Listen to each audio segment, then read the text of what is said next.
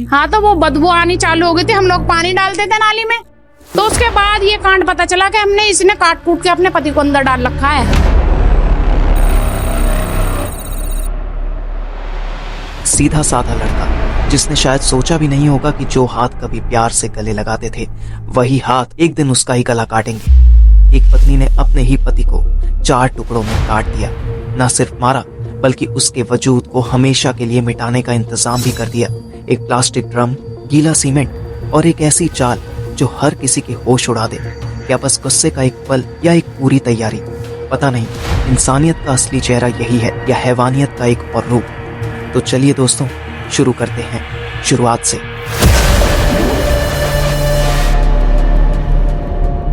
परिवारों के बयान और पुलिस अधिकारियों द्वारा पुष्टि की गई जानकारी को शामिल किया गया है। मेरठ के एक साधारण से मोहल्ले में घटी इस घटना ने पूरे देश को हिला दिया। 29 वर्षीय सौरभ राजपूत जो मर्चेंट नेवी 2016 से 17 बैच में कार्यरत थे। सौरभ की हत्या उनकी पत्नी मुस्कान रस्तोगी और उसके प्रेमी साहिल शुक्ला ने मिलकर कर दी। चैनल पर स्वागत है। आप देख रहे हैं मेरठ ड्रम केस। ये मामला केवल एक हत्या का नहीं बल्कि विश्वासघात, क्रूरता और प्री प्लान्ड किया गया अपराध का है। आइए जानते हैं इस जघन्य अपराध की पूरी कहानी।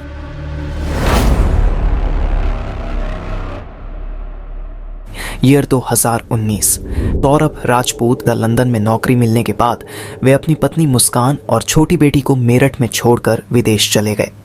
27 वर्षीय मुस्कान रस्तोगी और साहिल शुक्ला दोनों नशे की लत से ग्रसित थे और मुस्कान तभी दूसरा गेम स्टार्ट करती है। स्नैपचैट पर एक अकाउंट बनता है मुस्कान के द्वारा जिसका नाम साहिल की स्वर्गीय मां के नाम पर रखा था ताकि साहिल को यकीन दिला सके कि मुस्कान साहिल के साथ जीवन अच्छा होगा, जिसके वजह से मुस्कान ने साहिल उकसाया गया था। साहिल को आत्मा, भूत प्रेत और काले जादू जैसी चीजों में हमेशा से था।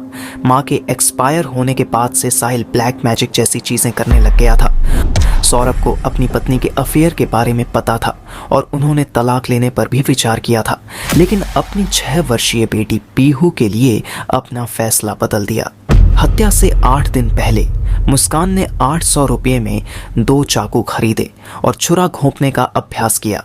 चाकू के उपयोग में अपनी दक्षता पर संदेह होने के कारण उसने एक रेजर भी खरीदा जिसका इस्तेमाल बाद में सौरभ का गला काटने के लिए किया गया। पुलिस जांच से पता चला है कि सौरभ का लंदन वीजा समाप्त होने वाला था और वे अपनी पत्नी और बेटी को लंदन ले जाना चाहते थे, लेकिन मुस्कान ने यह प्रस्ताव ठुकरा दिया साहिल के साथ रहने के लिए। इसके बाद सौरभ ने अपनी बेटी को अकेले ले जाने का फैसला लिया था। उसके लिए पासपोर्ट भी बनवाया गया था। इन्वेस्टिगेशन में इस तरह की प्लान्ड हत्या दर्शाती है कि यह एक आवेश में किया गया अपराध नहीं था बल्कि एक सोची समझी साजिश थी। पुलिस जांच से पता चला है कि 3 मार्च की रात मुस्कान ने सौरभ के खाने में नींद की गोलियां मिला दी। जब वह गहरी नींद में चले गए तब मुस्कान ने चाकू से उनके हृदय पर 3 वार किए और सौरभ ने नींद में ही दम तोड़ दिया था। मेरे दोस्तों, एक बार इमेजिन कीजिए कि सौरभ को पता भी नहीं चला होगा कि वो मर चुका है। पोस्टमार्टम रिपोर्ट से यह भी पता चला था कि मुस्कान ने रेजर से सौरभ का गला काटा और फिर साहिल ने चाकू का उपयोग करके सिर को धड़ से अलग किया। दोनों ने मिलकर सौरभ के शव को 15 टुकड़ों में काट दिया। हाथों को कलाई से काटा गया और पैरों को पीछे की ओर मोड़ा गया ताकि शरीर ड्रम में फिट हो सके।